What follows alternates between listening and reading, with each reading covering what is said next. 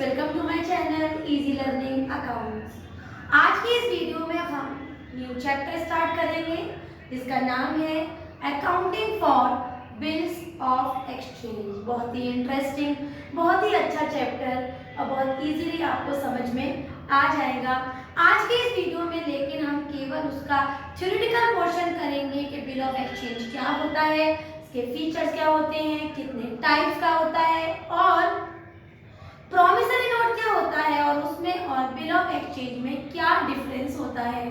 तो स्टार्ट करते हैं। What is the meaning of bills of exchange. Meaning पढ़ने से पहले मैं आपको एक एग्जांपल बताती हूँ। फॉर एग्जांपल, अगर मैं किसी भी डिपार्टमेंटल स्टोर पे जाती हूँ और वहाँ पर 5000 रुपीज का कोई सामान खरीदती हूँ, I have no money to pay cash, तो मैं उससे कह के आती हूँ कि मैं आपका payment after 1 month I will come and pay your money।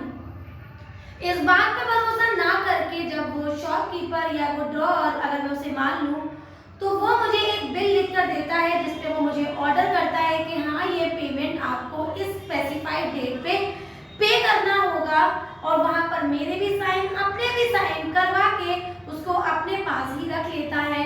This document made signed by both the drawer and the ड्रॉई is known as bills of exchange। ये एक ऑर्डर होता है ड्रॉई को बाय द ड्रॉअर, देन आपको specified date पे payment करना पड़ेगा और इसका जो क्रेडिट में आपने सामान लिया है उसको पे ऑफ कर देना होगा।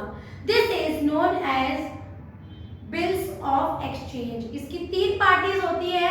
पहला ड्रॉअर जो बंदा बिल लिखता है और जहां से सामान लिया जाता है ऑन क्रेडिट। दूसरा ड्रॉई जो सामान लेता है और बिल को पे करने का प्रॉमिस कर देता है। और तीसरा होता है पे कि if in case the drawee is not paying in on behalf of that drawee some other is paying the money, the third party is known as payee. Right, तो पढ़ लेते हैं इसको। It is an instrument in writing, लिखित में होता है, containing an unconditional order signed by the maker, मतलब जिसने वो बिल लिखा होता है वो भी साइन करता है। डायरेक्टिंग अ पर्सन, ऑर्डर करता है ड्रॉई को to pay a certain sum of money to the bearer of that instrument. जिस इंस्ट्रूमेंट में जिसका नाम लिखा होता है उसको वो पे करेगा। This written document is known as bills of exchange. तो डेफिनेशन पढ़ते हुए मुझे इसके कुछ फीचर्स भी नजर आए, जैसे ड्रॉअर उसको लिखता है and signed by the maker और उस पर मेकर अपना साइन कर देता है। It is a written order which is also known as unconditional order. It is an unconditional order to a person. इस पर कोई कंडीशन बेस नहीं होती कि ऐसा होगा तो पे करेंगे, ऐसा नहीं है, विदाउट एनी कंडीशन पे करना होता है। It is accepted by the drawer to make it a legal document, और इसको एक्सेप्ट करना पड़ता है हमारे ड्रॉअर को ताकि इसको एक लीगल डॉक्यूमेंट बना दिया जाए। लीगल डॉक्यूमेंट कैसे कि इफ इन केस समय पर या ड्यू डेट पर बंदा पेमेंट देने नहीं आया तो हम आगे उसके लिए सूट फाइल कर सकते हैं, अगेंस्ट उसके हम कोर्ट में कंप्लेंट कर सकते हैं और उस पर फिर वो चार्जेस लगेंगे।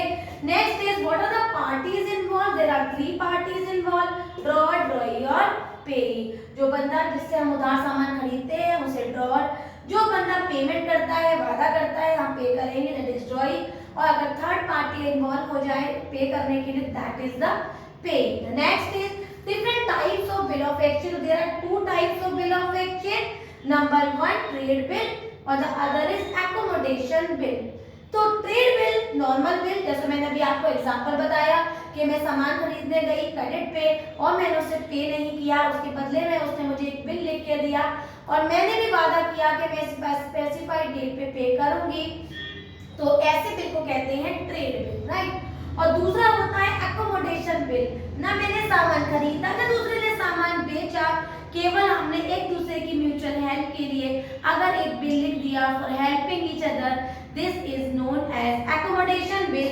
It is a bill drawn and accepted for mutual help. For example, अगर मुझे 5000 की जरूरत है और किसी दूसरे को 2000 की जरूरत है और मैंने उसके लिए बिल लिखा और ड्रॉअर बन गई वो ड्रॉई, और उसने मेरे लिए एक बिल लिखा और वो ड्रॉअर बन गया मैं ड्रॉई, हमने दोनों को जाके आगे जाके उसको डिस्काउंट साउंड करा लिया या किसी एंडोर्सी से एंडोर्स करा लिया, जो मैं आपको अब नेक्स्ट वीडियोस में बताऊंगी।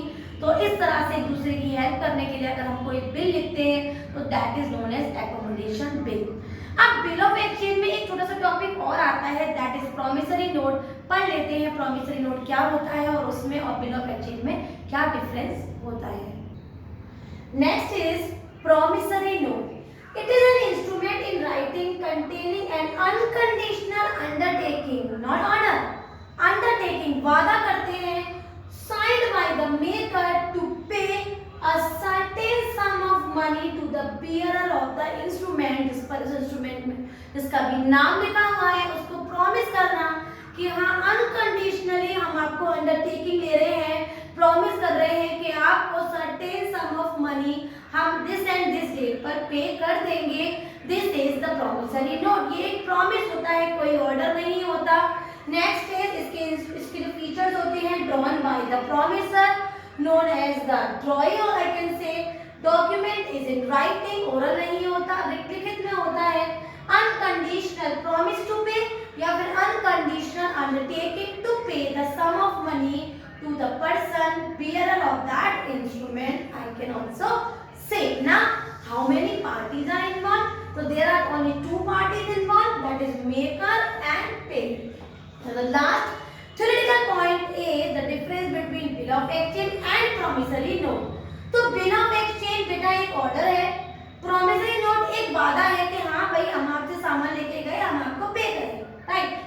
Three parties involved, drawer, drawee and paying. There only two parties are involved, maker and paying. Creditors is the drawer. जो drawer होता है वो होता है जो उधार पे सामान दे रहा है, and debtor is the drawer जो बंदे को पेमेंट देना है, that is the maker of that instrument, right? Unconditional order के ऑर्डर कर रहे हैं, आपको पे करना है, और अनकंडीशनल अंडरटेकिंग या फिर प्रॉमिस टू पे the certain money on the certain date. So this is how we cover both the points bill of exchange and promissory note. तो इतना ही theoretical portion था हमारा इस चैप्टर में। छोटा सा पॉइंट और आएगा, लेकिन वो जब मैं स्टार्टिंग के कॉन्सेप्ट सिखा दूंगी तब बताऊंगी कि नोटिंग चार्जेस, नोटरी पब्लिक, ये सब क्या होता है, और उस थ्योरी को भी हम कवर करेंगे।